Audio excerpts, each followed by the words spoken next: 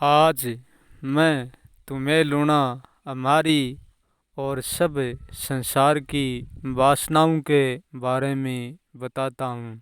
तुम गौर से सुनना। क्या ये वासना हमारे साथ जन्म से ही होती है कि या बाद में प्रकट होती है? इसका अनुभव मुझे है और मैं तुम्हें बताता हूँ। वासना हमारे जन्म से प्रकट नहीं होती है लूना, परंतु जिस वस्तु से वासना उठती है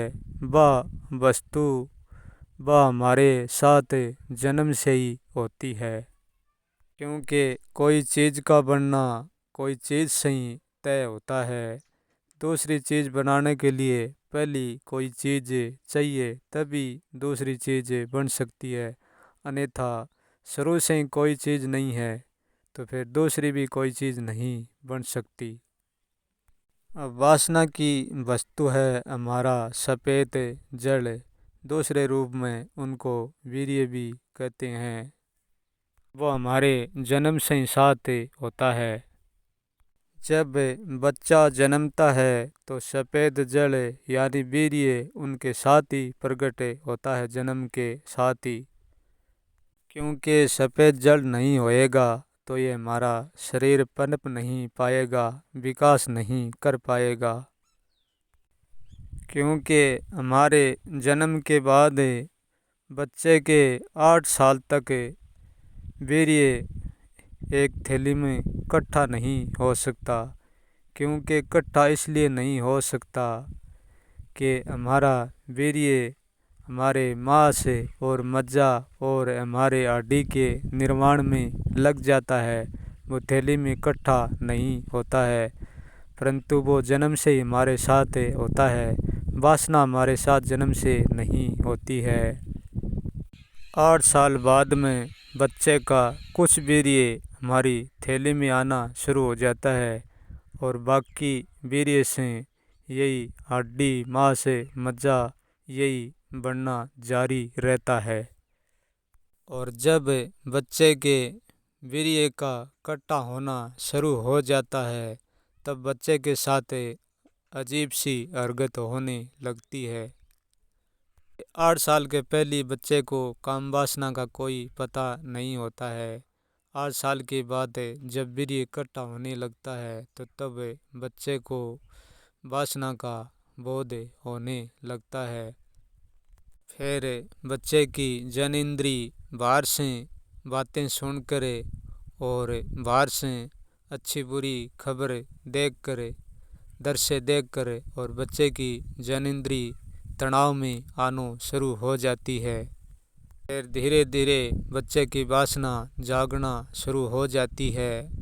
जब बच्चा 14 या 15 साल के हो जाते हैं तब बच्चे के 14 द्वार ही ये 14 द्वार वासना से पूर्ण परिपक्व हो जाते हैं। क्योंकि 9 द्वार तो इंद्रियों का हमारे शरीर में खुला है और 5 द्वार बंद हैं। यही 14 द्वार हैं और बच्चे की वासना उत्तेजित हो जाती है तभी होती है। ये 14 द्वार पूरा पक जाते हैं वासना के साथ साथ।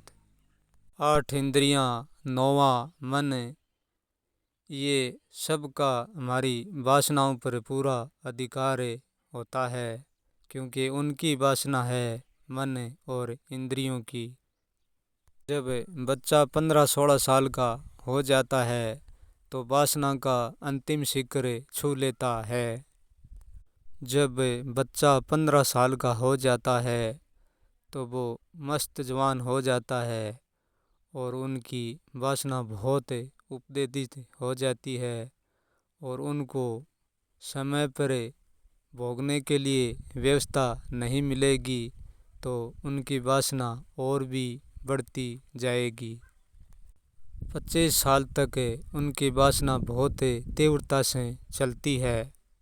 15 से लेकर 25 के बीच में हर व्यक्ति की, हर प्राणी की वासना बहुत तीव्रता से चलती है। जिस व्यक्ति की 14 साल की भी 14 साल की शादी हो सकती है तो वो व्यक्ति ज़्यादा से ज़्यादा 50 साल तक की वासनाओं को भोग सकता है। 15 से लेकर और 50 के बीच में उन व्यक्ति की वासना उनको कद भी त्याग सकती हैं। व्यक्ति ब्रह्मचार्य का पद प्राप्त कर सकता है। 15 से लेकर सही समय पर वासना को ठीक ठीक भोगना शुरू कर दिया, वो व्यक्ति वासना से तृप्त हो जाएगा। फिर 50 की उम्र तक उनकी वासना उनको अपने आप करके छोड़ देगी। समय से व्यक्ति वासनाओं को भोगना शुरू कर दिया, ऐसे व्यक्ति को वासनाओं को त्यागनी नहीं पड़ती है। वासना अपने आप ही समय पर उनको छोड़कर चली जाती है। जिस व्यक्ति को वासना खुद छोड़ के चली जाती है, उस व्यक्ति को फिर वासना में कोई नहीं उतार सकता। कितनी सुंदर सुंदर युक्ति उनके चक्कर क्यों ना लगाए, फिर भी वो व्यक्ति वासना में कभी नहीं उतरता, क्योंकि उनकी वासना उनको छोड़ चुकी है। फिर भी व्यक्ति का मन एक 5 साल के बच्चे के समान हो जाता है कि 5 साल के बच्चे के आगे चाहे कितनी सुंदर औरतें क्यों ना हो, उनकी वासना कोई औरत नहीं जगा सकती। जिस व्यक्ति को वासना स्वयं छोड़ गई, उस व्यक्ति को जगाना नामुमकिन है, उनको वासना कभी नहीं जगा सकती। तो यहाँ ऐसा व्यक्ति मुश्किल मिलता है जिसने वासना दबाई ना हो, कि यहाँ की परंपरा ही ऐसी है वासना दबाने जैसी। वासना दबाने का परिणाम फिर जीवन भर भोगना पड़ता है।